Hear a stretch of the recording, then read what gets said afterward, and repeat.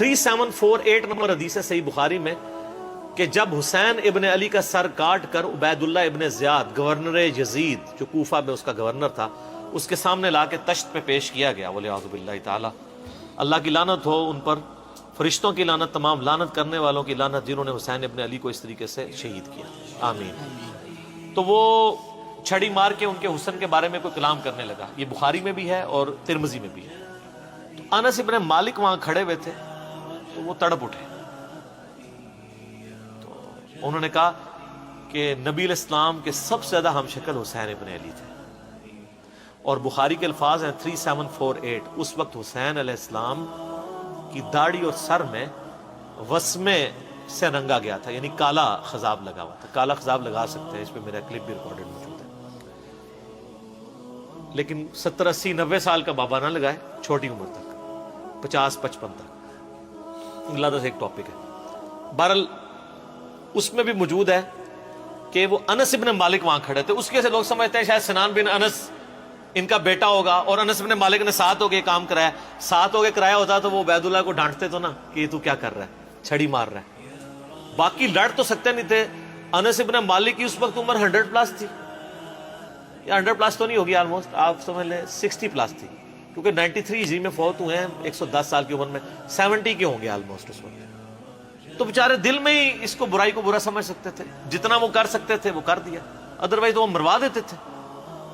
تو سنان بن انس بن مالک کا بیٹا نہیں ہے۔ رہا عمر ابن سعد جو 22,000 کا لشکر لے کے کربلا میں آیا تھا حسین ابن علی کے مقابلے پہ، وہ سعد ابن ابی وقاص کا بیٹا تھا۔ اور آپ دیکھیں عجیب بدقسمتی اس شخص کی کہ سعد ابن ابی وقاص نے ہی وہ پرشین امپائر گرائی ہوئی ہے، عراق، ایران، یہ کوفہ، یہ سارا حضرت سعد نے فتح کیا ہوا ہے، 10 مبشرہ میں سے ہیں۔ اور مولا علی کا قول ہے بخاری اور مسلم دونوں میں کہ میں نے اپنے کانوں سے صرف ایک شخص کے بارے میں رسول اللہ سے سنا ہے کہ میرے ماں باپ اس پہ قربان، اور وہ سعد ابن ابی وقاص ہے۔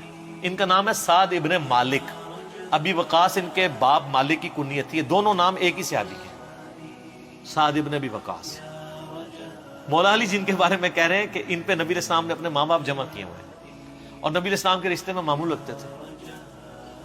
10 جنتی خوش نصیب صحابہ میں سے، اور بدری اصحاب میں سب سے آخر میں یہ فوت ہوئے ہیں حضرت معاویہ رضی اللہ تعالیٰ کے دور میں 56 ہجری میں۔ ان کے بعد کوئی بدری صحابی دنیا میں نہیں رہا تھا، بدری صحابی ایک بہت بڑا ٹائٹل تھا، یہ سب سے آخر میں فوت ہوئے۔ پوری زندگی حضرت معاویہ سے ان کا اختلاف رہا تھا اس مسئلے میں جو حضرت علی کے ساتھ ان کے معاملات تھے، سب و شتم والے، یہ بندہ ہمیشہ ڈٹا رہتا تھا۔ میرے پچھلے دنوں کلپ بھی آیا نا اس حوالے سے، کیا صحابہ کو گالی دینے والا کافر ہو جاتا ہے، اس میں نے ان کے حوالے سے حدیثیں صحیح مسلم سے بیان کی ہیں۔ ان کا بیٹا تھا عمر ابن سعد، جس کو رے کی حکمرانی کی لالچ دی تھی۔ رے پورا ایریا تھا، ایران، عراق، افغانستان، یہ پورے ایریا کو رے کہا جاتا تھا اس زمانے میں۔ اتنی بڑی حکمرانی کی، گورنری کی لالچ دی یزید نے عبید اللہ ابن زیاد کے ذریعے۔ باپ دیکھ لو سعد ابن ابی وقاص، جو مولا علی سے محبت کرنے والا، سن نسائی الکبریٰ میں موجود ہے، 2 تابعین ملنے آتے ہیں سعد ابن ابی وقاص کو، اور کہتے ہیں، سعد ابن وقاص ان کو پہلی بات یہ کرتے ہیں کہ میں نے سنا ہے کہ تم حضرت علی کو گالیاں دیتے ہو۔ ان کا معاذ اللہ، ہم کیوں دیں گے؟ تو انہوں نے فرمایا یہ بنو امیہ کے لوگ اگر میرے سر پہ آرا بھی رکھتے ہیں اور میرے 2 ٹکڑے کرتے ہیں اور مجھے یہ کہیں کہ میں حضرت علی کے بارے میں کوئی نازیبا جملہ نکالوں، تو میں سعد کبھی بھی ان کے بارے میں کوئی جملہ نہیں نکالوں گا جو کچھ میں نے رسول اللہ سے علی ابن ابی طالب کی شان میں سن رکھا ہے۔ صحیح مسلم میں حدیث موجود ہے نا، حضرت معاویہ نے ان کو کہا ہمارا معاویہ، معاویہ نے حکم دیا، تو اس میں الفاظ انہوں نے انکار کر دیا، تو حضرت پھر معاویہ نے کہا تمہیں کون سی چیز منع کرتی ہے کہ تم علی ابن ابی طالب پہ سب و شتم نہیں کرتے؟ ان کا معاویہ میں نے 3 فضیلتیں علی کے بارے میں ایسی سنی ہیں، مجھے ایک بھی مل جاتی تو بہت تھی۔ پھر انہوں نے کہا وہ پہلی فضیلت غزوہ تبوک کے موقع پر علی کی میرے ساتھ وہی نسبت ہے جو ہارون کی موسیٰ کے ساتھ، مگر میرے بعد کوئی نبی نہیں۔ دوسری فضیلت خیبر کے موقع پر کل اس شخص کے ہاتھ میں جھنڈا دوں گا جو اللہ اور اس کے رسول سے محبت کرتا ہے، اللہ اور اس کے رسول سے محبت کرتا ہے۔ ہم پوری رات اس خوشی سے سوئے نہیں کہ کون ہوگا وہ بندہ، علی کو دیا جھنڈا۔ اور مسلم میں آگے الفاظ ہیں کہ حضرت عمر کہتے ہیں مجھے پوری زندگی رشک رہے گا کہ اس دن جھنڈا مجھے نہیں ملا، علی کو ملا۔ اور تیسری فضیلت سن معاویہ، جب نجران کے عیسائی آئے تو آیت مباہلہ نازل ہوئی، آیت نمبر 61 آل عمران کی. تو نبی علیہ السلام اپنے بچوں میں سے حسن و حسین، فاطمہ اور حضرت علی کو لے کے اور کہا اللہ میرے یہ اہل بیت ہیں. یہ تینوں فضیلتیں. اور ابن ماجہ میں ایک چوتھی فضیلت بھی ہے کہ آپ نے غدیر خم پہ فرمایا تھا من کنت مولاہ فہذا علی مولاہ. میرے پاس ان میں سے کوئی ایک بھی ہوتا تو بہت تم مجھے علی کے بارے میں بات کرتے ہو. یہ باب تھا علی کا صحیح شیعہ، علی کی پارٹی کا بندہ، علی کا چاہنے والا، پوری زندگی ڈٹا رہا. اور بیٹا آگے سے کیا نکلا ہے تو کوئی مسئلہ نہیں. حضرت نوح پیغمبر کا بیٹا کافر نکل سکتا ہے. تو حضرت سعد کا کیا مقام ہے حضرت نوح کے مقابلے پہ؟ یہ بیٹا تھا عمر ابن سعد، اور اس کے جو لچھن ہیں وہ شروع سے ہی برے تھے. آپ مسلم شریف اٹھائیں نا، مسلم شریف میں بالکل اینڈ پہ نا آپ کو ایک چیپٹر ملے گا کتاب الزہد، دنیا سے نفرت پیدا کرنے والی حدیث ہے. اس میں انٹرنیشنل نمبر کے مطابق ایک حدیث ہے، یہ میں چونکہ مجھے یاد اس لیے میں نے کافی لوگوں کو بتائی ہے، 7432 صحیح مسلم میں. ابھی یہ کربلا ہوئی نہیں ہے، کچھ بھی نہیں ہوا. حضرت سعد ابن وقاص بھی زندہ ہے. تو سعد ابن ابی وقاص اپنے کھیتوں میں ہل چلا رہے ہوتے ہیں یا وہ بیج والا کام کر رہے ہوتے ہیں، تو ان کے ساتھی کہتے ہیں اتنے میں ان کا بیٹا سامنے سے آتا ہے. تو حضرت سعد جب اپنے بیٹے کو دیکھتے ہیں عمر ابن سعد کو، تو کہتے ہیں اے اللہ اس سوار کے شر سے میں تیری پناہ میں آتا ہوں. حضرت سعد کو پتا تھا اس بچے نے کیا کام ڈالنے ہیں.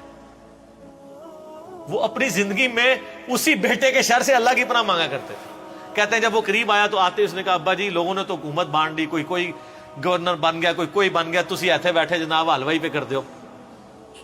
ہائے ہائے ہائے.